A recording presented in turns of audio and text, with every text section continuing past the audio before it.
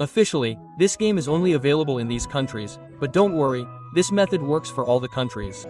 First of all, open Play Store and search any VPA and download it. After downloading, open it and connect to it.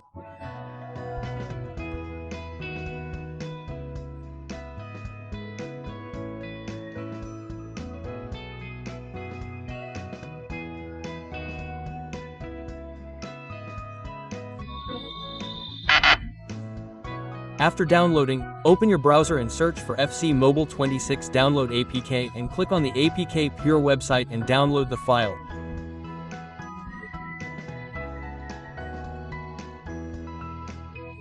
After downloading, install the game and now you may ready to play it. Now you may easily enjoy the game. Don't forget to like the video and subscribe the channel. Thanks for watching.